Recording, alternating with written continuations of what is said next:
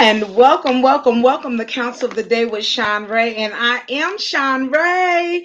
Good evening, everyone. And we are on week 4, part 1 of our monthly or our quarterly topic for this month of August 2021, self-centered or self-preservation. And this week's subtitle is Me or You.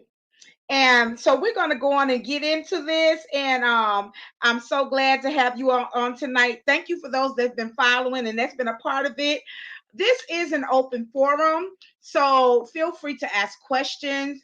Feel free to give scenarios. I will pause and we will go on and get with you all on tonight. But this has been such a great topic for the month. Self-centered or self-preservation. This subtitle again this week is Me or You. So before we get started, I want to go on and let me show you. Okay, so I'm a degree counselor and I acquired my degrees from Ashford University. And before we get started, let me go on and do my website disclaimer like I normally do. All right, and I'm going to magnify this so you can see this a little bit clearer. Please be aware that due to the nature of the technology that I'm using, there can be no assurance of confidentiality when using this online service. It should also be noted that due to changes in policies, that all replies are to be used as advisory and informational only and will not constitute an official determination. So information provided by myself or any other counselor or counseling services are subject to the limitations of the current and available material.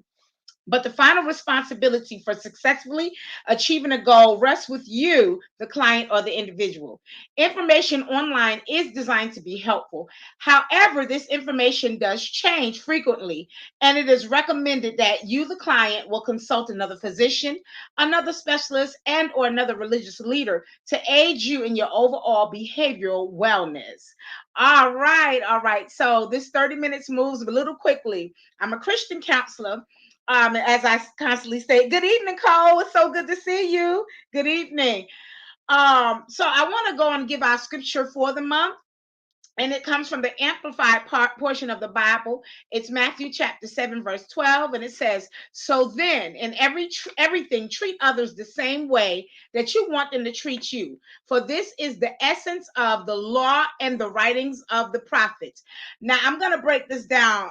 In other words, this it's the golden rule. Do unto others as you would have them do unto you. And so this again, let me show you the topic again, self-centered or self-preservation. The subtopic for this week is me or you. Me or you. All righty then.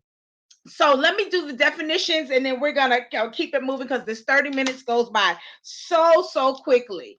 Number one, a definition of self-preservation. And I'm sorry. The definition of self-preservation. I'm using so many different things until everything. So many things popping up. Excuse me.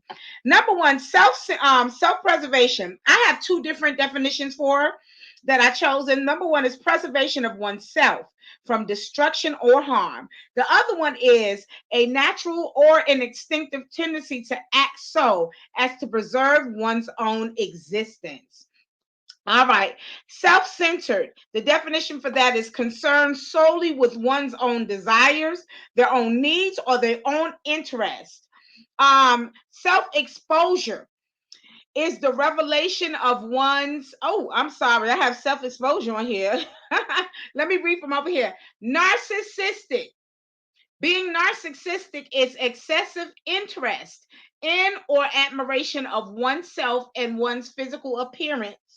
And then self exposure is the revelation of one's thoughts, beliefs, or feelings. Exposure of often sensitive or embarrassing information about oneself. So, tonight we're going to be talking a little bit about self exposure.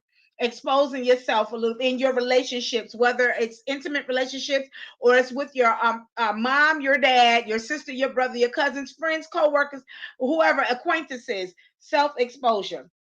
All right, so I'm going to move this along because 30 minutes again is going to move by so fast.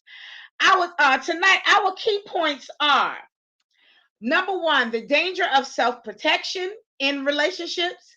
Two, the defenses that we use in love can also work against us.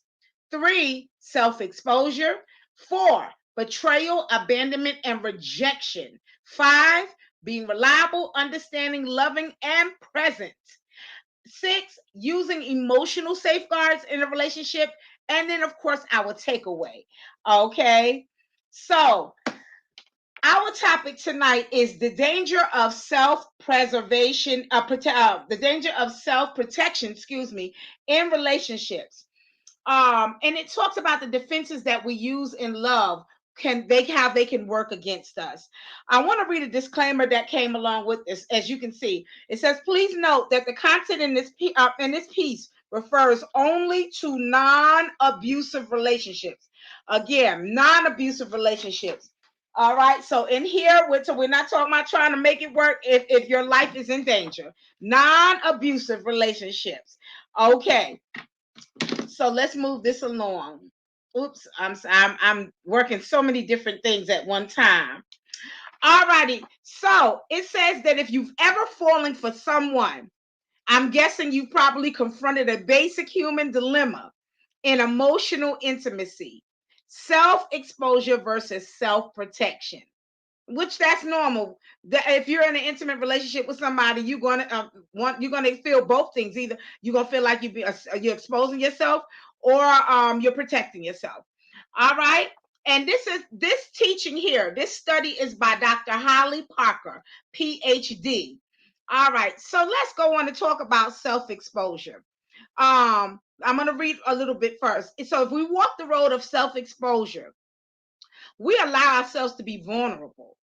Okay, we stop simply liking or caring about another person, and then we start to care for them deeply. We start loving them. So our mind begins to paint pictures with them in our future. As we open up and reveal our inner feelings to them, our inner motivations and life experiences with them, we let them see further into us and our own particular brand of quirkiness. We share celebratory news with them, as well as the saddening losses and disappointments that we're experiencing with them, or we're enduring with them. So we ask for what we need. We voice our preferences with them and acknowledge what we don't want with them. We trust our partner to be faithful if we're in a monogamous relationship. And if you're not, then whatever y'all decide is what y'all decide. But truthfully, and to being truthful and being kind, and to have our best interest at heart. So these are the things that we do when we become more intimate in relationships with people. Self-exposure. Let's talk about this. Self-exposure opens up the door to a profound love connection. And I'm going to magnify this so you can see this a little clearer. Self-exposure opens the door to a profound love connection and fulfillment, yet as sublime as an emotionally close and affectionate bond is.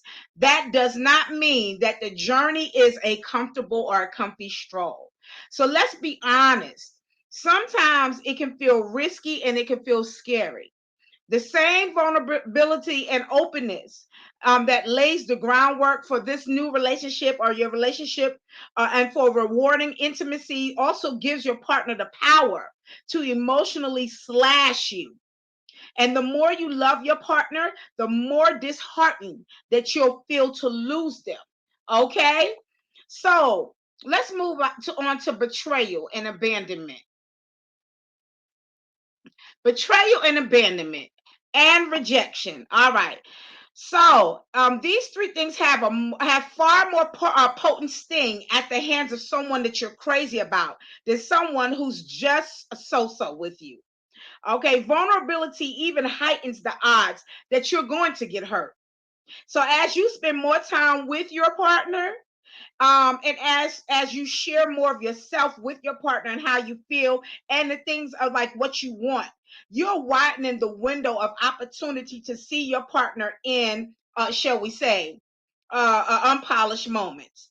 So partners stumble and can be less understanding, less thoughtful, less considerate, less attentive and affectionate, or even less patient.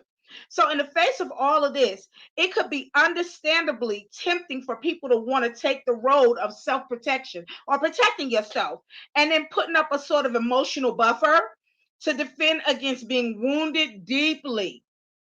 But without taking risks, they can't get as close and love as wholeheartedly if you don't take the risk of, of just opening yourself up in a relationship. So ultimately, the choice between these two paths is a delicate choice. It's a tightrope walk. As people start to adjust to how much they move towards being vulnerable with their partner or within the relationship, or are they just going to keep a barrier up and just continue to be in that self-protective mode? So depending on what they believe is happening in your relationship, one or two things are going to happen. So if they sense that their partner is a reliable partner, if they're an understanding partner, if they're loving presence, they always have a loving presence with you who will stand by them or stand by you. You're more apt to take a healthy chances as you reach for this connection, which is being more vulnerable with your partner. But if you worry that your partner will spurn you, and the definition of spurn is to reject with disdain or with contempt. And let me see if I have this here. I thought I put it up. To reject with disdain, also people just to have it. Okay. I think I put it up here. Spurn. I think I did. But spurn means to reject someone with disdain or contempt. So if they're more liable to don their emotional armor to defend themselves, and this armor can take various forms. So let me go back. I think I either moved too forward. Okay, let's see. I'm gonna try to catch up with myself here. Okay. Oh, okay, no, there we go. We was right on target. All right. So number one, these are some of the things that people do in a relationship, whether you move towards being vulnerable and more trusting, or you stay in that self-protective mode. Number one, they keep their eyes peeled for any signs that their partner does not care about them or care about the relationship. So it says here, and I'm going to magnify this so you can see for yourself. It says, imagine you're walking somewhere alone at night and then you hear a strange noise behind you. What you probably do is you're going to turn around and then be more watchful for at least a little while. And this is basically the relationship equivalent of that scenario. So if someone fears that their partner may leave them or lose affection for them or even stray away from them, they may look for evidence that this is happening. So like a peculiar noise in the darkness, people do try to spot danger where they fear it exists so they can protect themselves. Now I'm going to make this more closer to home. Hey Ian, how you doing? I'm going to make this more closer to home.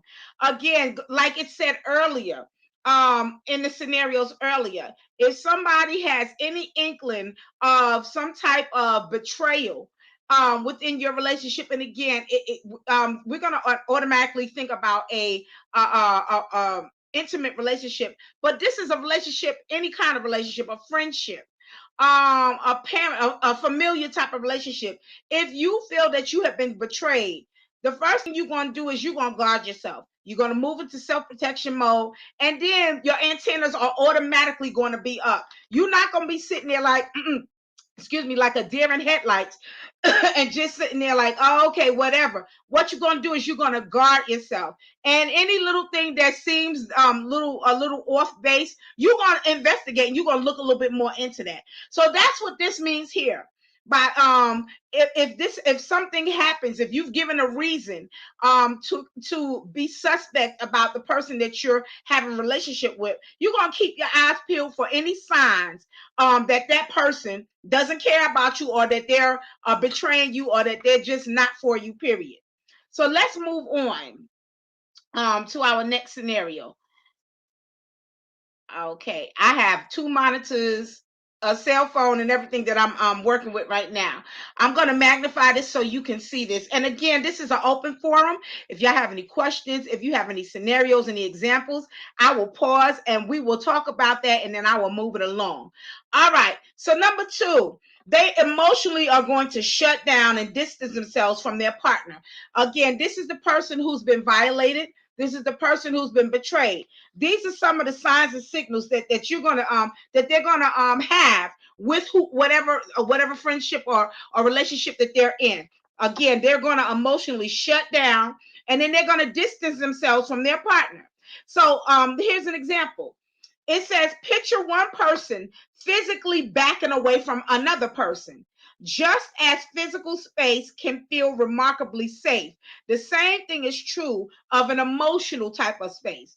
And people create it in multiple ways. So number 1, as you can see here, number 1, they can choose to open up less with whoever they're in a relationship with.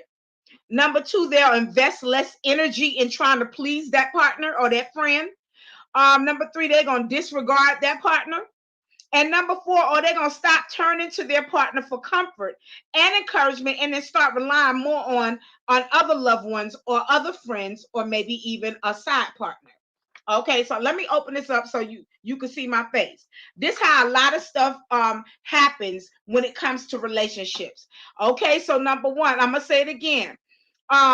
People emotionally shut down and distance themselves from their partners when they feel like that they can't trust them or they cannot rely on them. Is really what the Dr. Holly is saying in this teaching. I think I just said her name wrong. Okay, I'm sorry. This is Dr. Parker. It is Holly. Her name is Holly Parker. So what Dr. Holly was saying. So again, they choose to open up less with their person they're intimate with. They invest less energy in trying to please their partner, and less time too. They disregard the partner, or they stop turning to that partner for comfort and encouragement, or even talking with them, and they start relying more on somebody else. Okay, so let's move this along. All right. Another thing that they do, number 3. I'm having trouble hearing you. I'm sorry. That was my iWatch that was Siri that just talked back to me. Number 3, they find fault with their partners or they behave rudely towards them. This is something that I even had to work through when I felt betrayed in my relationships. I've displayed these tendencies. They find fault with their partner or they behave rudely towards them. And I'm going to magnify this so you can see this, because these are long-term findings.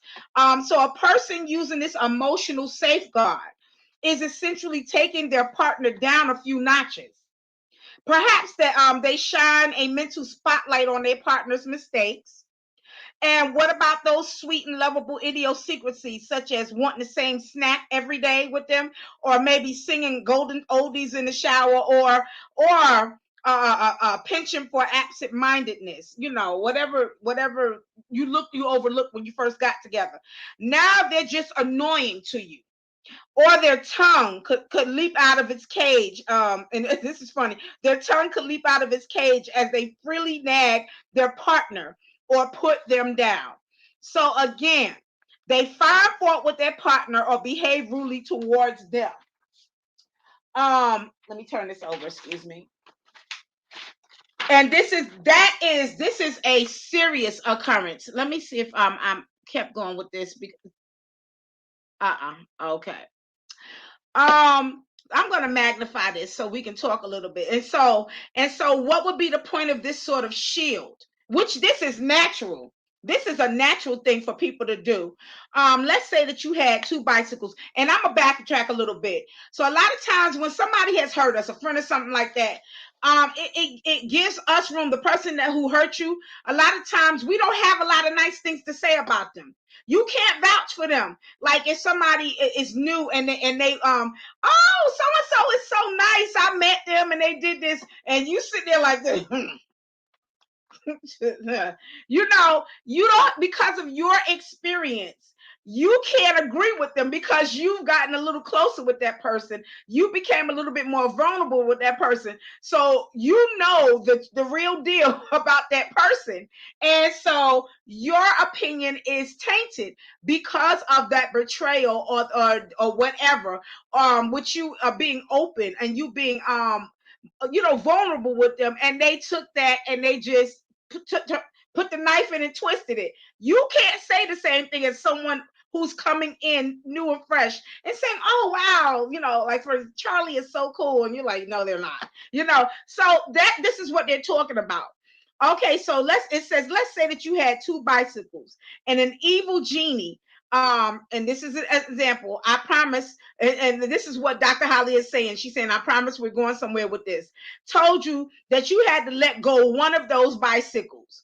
One of them was rickety and busted, and the other one was stable and in superb condition.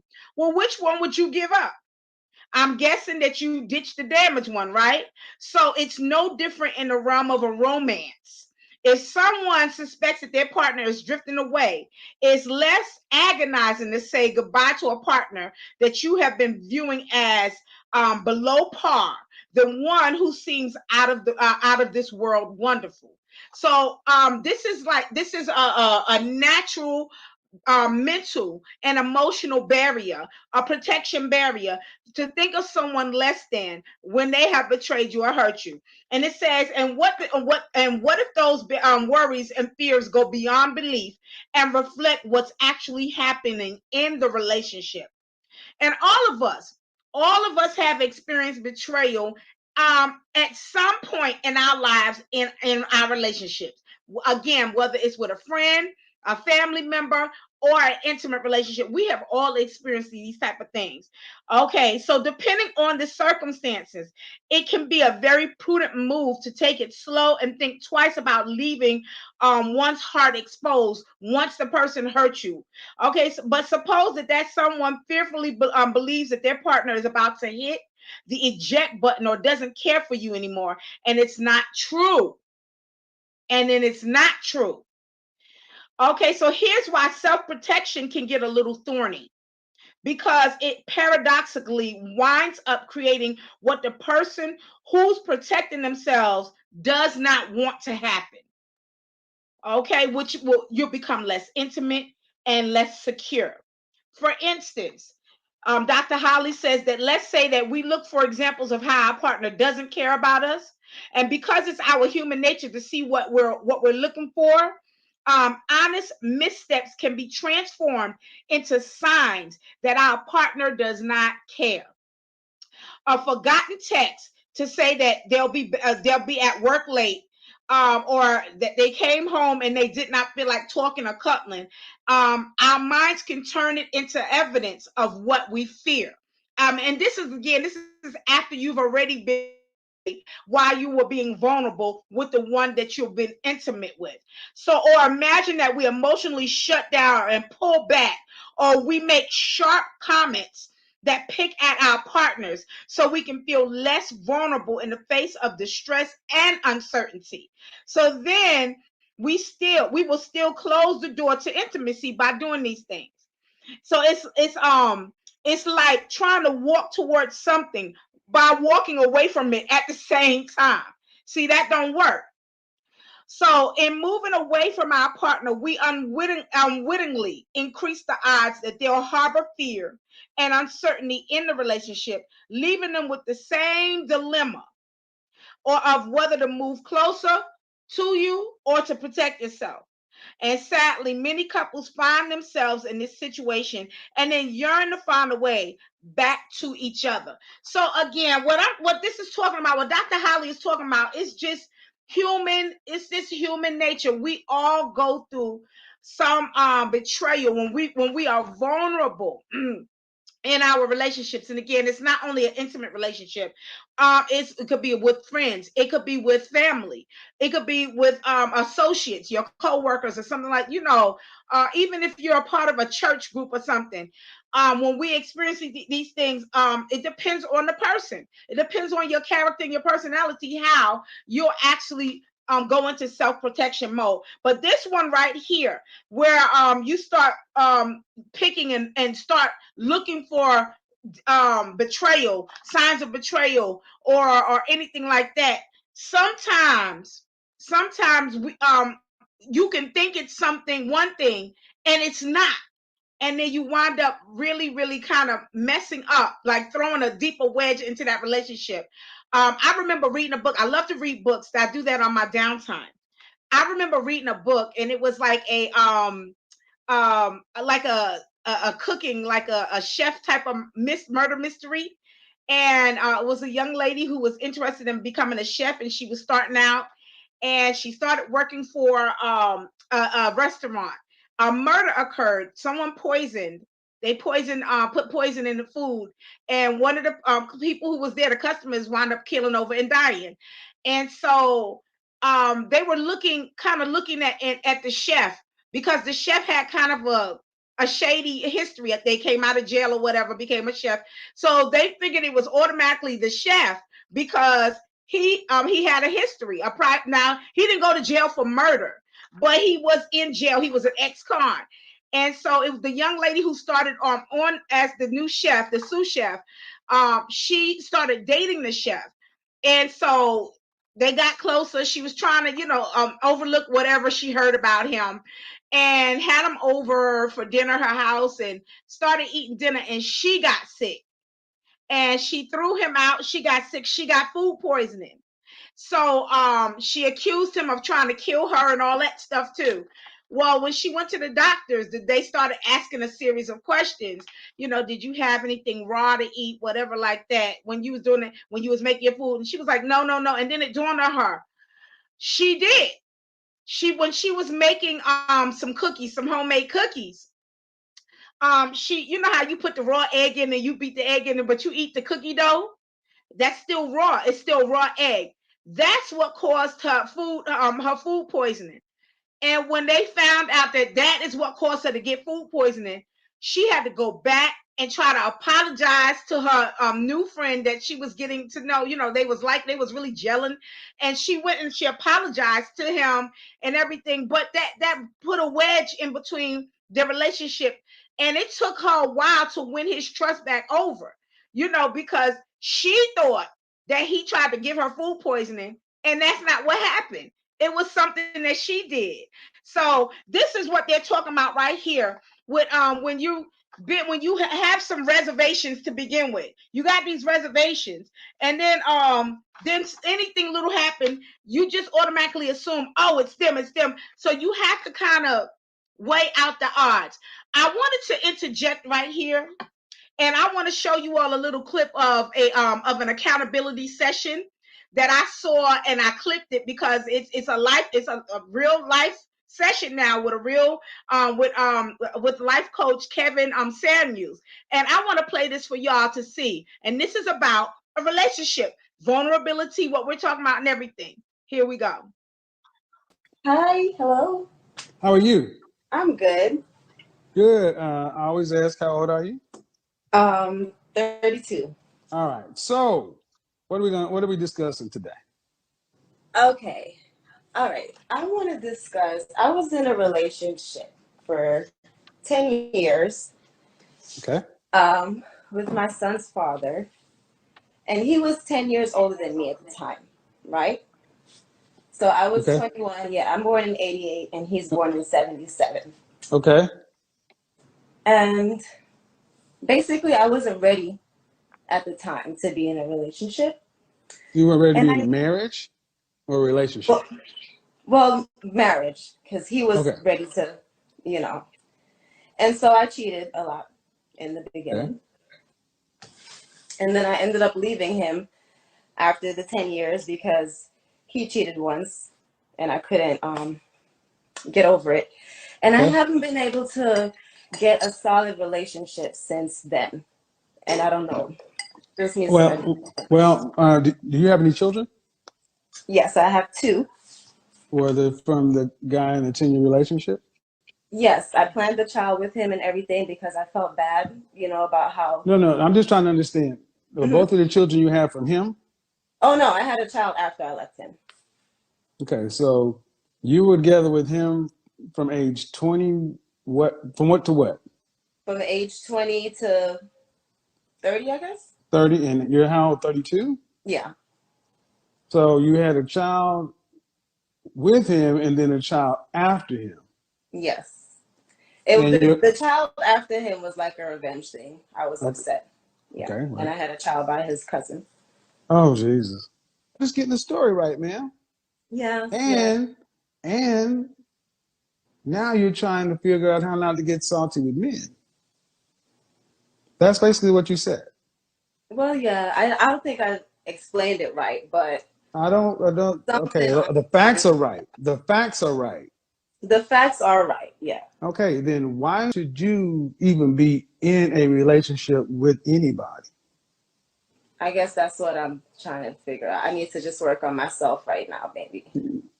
Well, I mean, do you have a son or a daughter? My son is 11 and my Okay, daughter is 3. so if your son came in and said, "Hey, mom, you know the woman I've been with for 10 years? Yeah. You know the mother of my child? Yeah. She's been cheating on me for 4 or 5 years in a relationship, and I just took it. It was not that Then long. I did just, and then one time I slipped and cheated on her. She decided to leave me and took my kid with me. Yeah, And then because it's like and if then you on the way out the door, you happened. You chose this. You chose to go try to hurt this man. But here's the thing: why am I being so harsh? Because you're somebody's mother. You broke up a family and you made a baby out of spite. I said it 5 minutes ago. You're a horrible person. Now, the man that you left is your son's father, right? yes. You wrecked your son's family. It's all about you. Are you familiar with what a narcissist is? Yes. But I'm not trying to be a narcissist anymore. I'm trying to change No, no, my no. You don't. No. behavior. You don't just stop. You don't. No, no, no, no, no. That's not something you can do just yourself. It's like if you're dead serious, which I'm going to use this whether you're serious or not, you need to stop dealing with all men. And you need intensive psychotherapy. You're a mother. Put your Honestly, vagina, I put probably your put your vagina on lock. Prioritize your children and your mental state.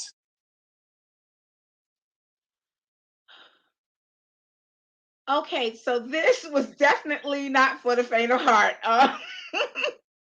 This was definitely this was this was true to life here. That session, that was an accountability session from a real counselor, a real therapist, a real life coach, Dr. Kevin Samuels.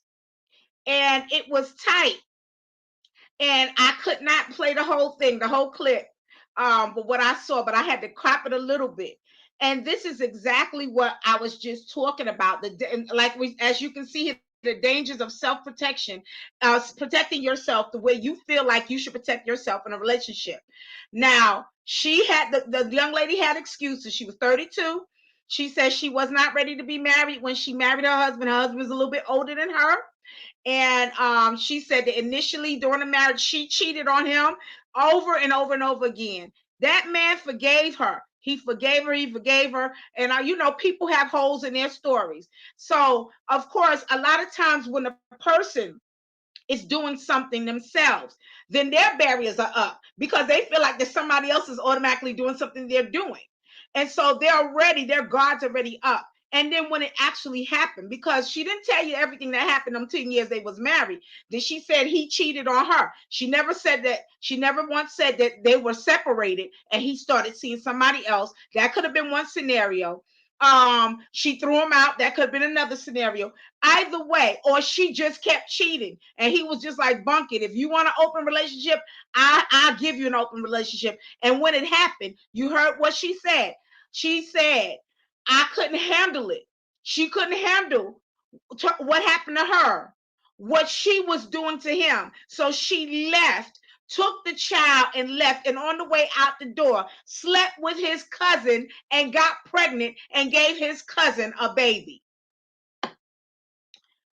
The dangers of self-protection in relationships. All right, so what can be done? Okay, how can you resist the understandable urge to put up your shield when uncertainty or anxiety or insecurity begins to arise? In other words, how can you help prevent and I'm going to say, how can you help prevent destructive self-protection from sabotaging your relationships? Because two wrongs don't never make it right. Even if you tell yourself it make you feel so much better in the process, you still got to live with yourself and the things that you've done later on in life. And even with her, she couldn't live with herself. She knew she was doing wrong from the start. This young lady was doing wrong from the start, and she was causing the havoc because whatever was going on with her in the session. Hey, hi, Helen. During the session, the Dr. Samuels asked her, do you have a mom and a dad? She said, yeah, her parents are still married to today.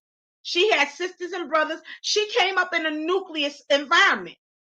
But somewhere along the line, and her tendencies, he went on and he started talking about even the physical descriptions of narcissism. She kept playing in her hair, putting lipstick and stuff on. She kept deflecting everything towards her. And then at some point, she even became a victim. Oh, I did this because he said, that is never ever a reason why you betray or you betray or you do things to someone who you're supposed to love.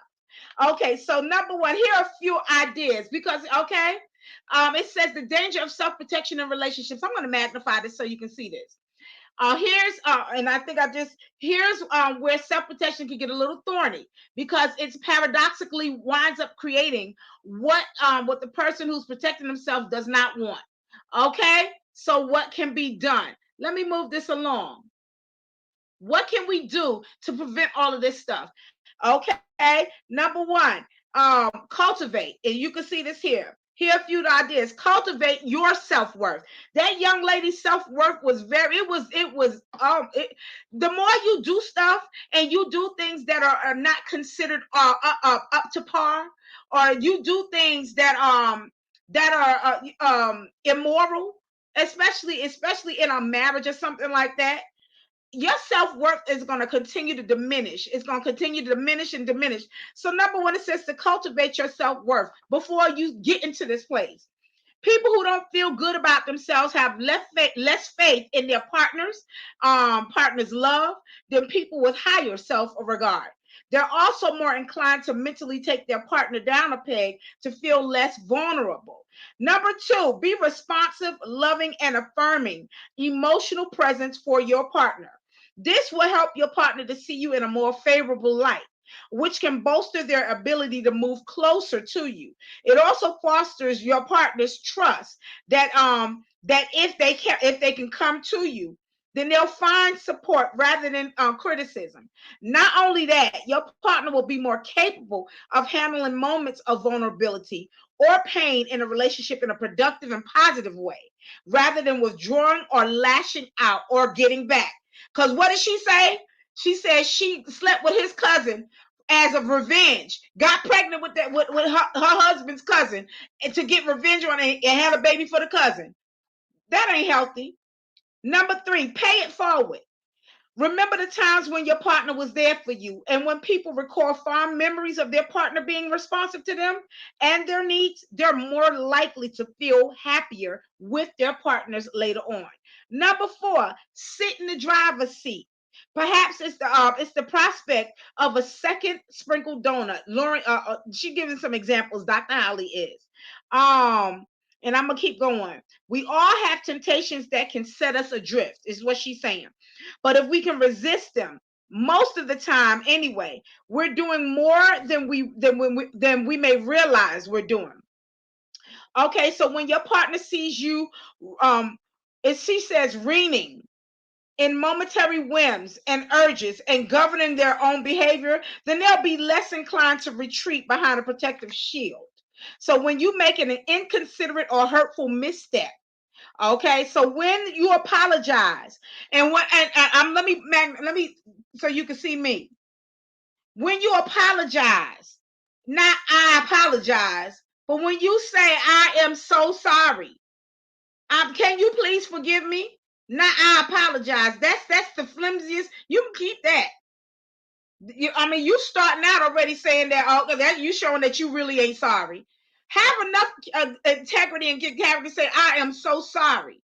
Can you please forgive me? Okay, and we're gonna move this along right here. Let me magnify this a little bit more. Okay, so when you apologize, remain straightforward, but yet polite in conflict. Or you faithfully follow your aspirations rather than give in to distractions that pull you away from them. It's an investment in your bond or in your relationship.